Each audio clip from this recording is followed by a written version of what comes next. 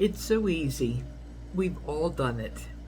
We pull up to a stoplight, and there to our left is a person dressed in dirty clothes, holding a handmade cardboard sign that says, "We'll work for food," or "Homeless, anything helps." Based on the visual clues we see with our eyes, our brains begin to process the image. Often, the feedback we receive from our brains is based on our biases. And our first thought may be something like, "The shelters in town provide for the homeless. This person just wants money for drugs." Or, "The newspaper says that there are a lot of jobs available. Why doesn't this person get a real job instead of begging?" Let's face it, we live in a superficial visual world where we are inundated with image after image of who we should aspire to look like and the material goods that we should acquire. The image our eyes see of the homeless person just doesn't fit.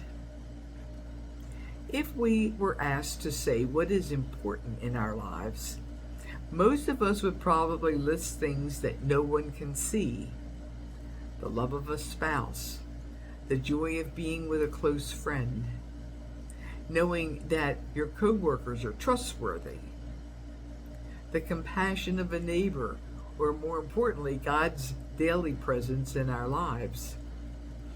All of these are invisible to the naked eye.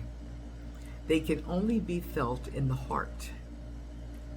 These invisible things probably bring us our greatest contentment and joy.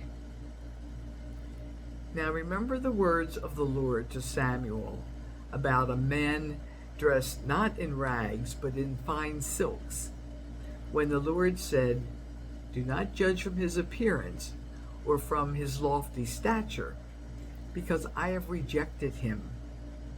Not as man sees does God see, because he sees the appearance, but the Lord looks into his heart." So how do we learn not only to see with our eyes, but also with our hearts? How do we let the invisible shine through and take center stage? Today, we can focus on how to become better at letting our eyes see the invisible before we see the visible.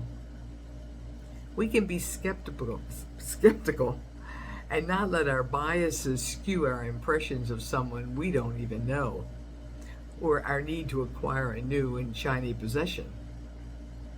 Instead, we can focus on the value of the invisible: love, friendship, trust, compassion, and God's everlasting presence in our lives.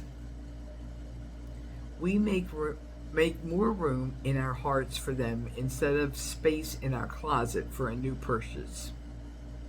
We can learn to look inside the book before we judge the cover. Amen.